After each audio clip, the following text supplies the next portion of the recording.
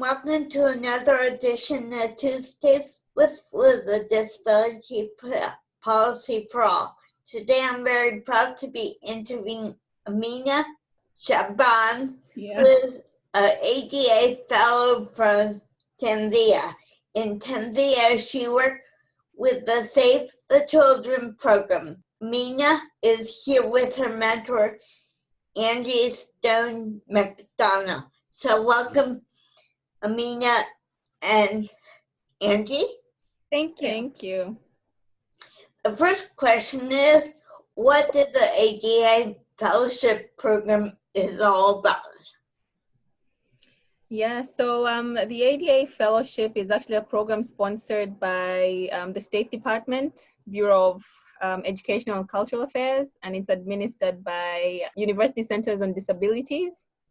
And its main focus is basically selects 20 mid-level career professionals from 4 different countries, Tanzania, Kenya, Peru, and Brazil, and brings them to the USA and in different universities. And basically we come here to learn best practices on inclusive education.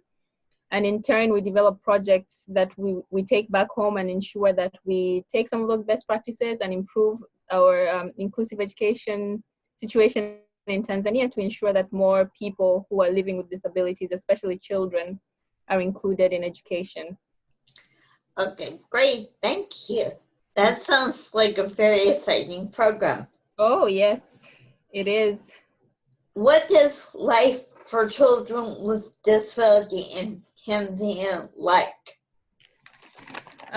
So in Tanzania, basically what we have done in the past years is we've been working on universal primary education, and that has been a great focus. And inclusive education has not been one of our major focuses so far, but I think slowly but surely we're trying to get there. The state of children with disabilities is still quite, it is not very satisfactory because parents are unaware about what disabilities entail. Communities have misconceptions of what it means to be a person living with the disabilities. Our educational systems are not prepared to cater to these children who do have disabilities. Either the teachers are not very well trained to handle them, the school infrastructure is still very poor. We still have some cultural beliefs and practices that put people who are living with disabilities, for example, children with albinism, in danger, and sometimes even in danger of being killed.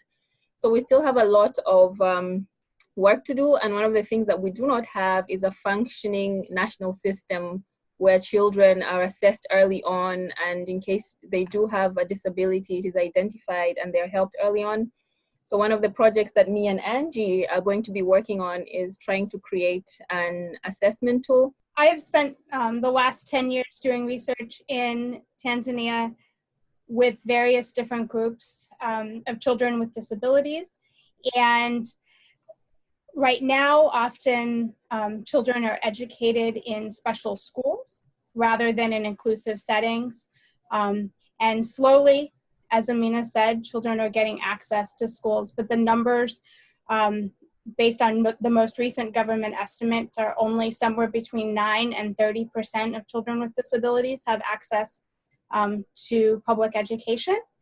And so we would like to find ways to think about how we can identify children who might have disabilities earlier, particularly disabilities that may or may not be so visible, so that we can provide those supports and help them to be successful in school and in life. That's so needed. Oh, yeah. And I think it's great because a lot of the people here in the U.S. Don't get diagnosed till early in their like teenagers or whatever, and I think is so great. So the last question is, can you explain to the audience what does Save the Children does? Yeah, so in Tanzania, Save the Children is one of the oldest organizations that has been working in so many different projects. And up until last year in 2016, we introduced a global strategy called Ambition for Children 2030. And basically out of that, we are focusing on three major breakthroughs. The first is survive. The second breakthrough is learn. And the last one is we are working on children being protected. And we do this through so many different projects. We have nutrition projects that we are running on the ground. We have newborn and early childhood projects that we are running. We have different projects in schools to capacitate teachers. We are capacitating local administrators, government officials. So basically what we're trying to do is create a holistic approach where every child can thrive and survive and basically reach their greatest potentials. Thank you. And Angie, as a mentor to Amina, what do you do? Well, my role as her mentor is to help schedule various activities for her to do here so that she can learn more about what is happening. So because we are here in Boston, Amina's attended community play groups and schools where inclusive education is happening in the Boston Public Schools. And she's also looking at some of our early intervention sites to see what we're doing with really young children. And then I also am helping her to attend various classes that we're holding during her time here. And then we have conversations and we plan and work together so that we can make this project a reality in Tanzania. Okay, thank you. Thank you. Thank you, Amina and Angie, for talking with us today.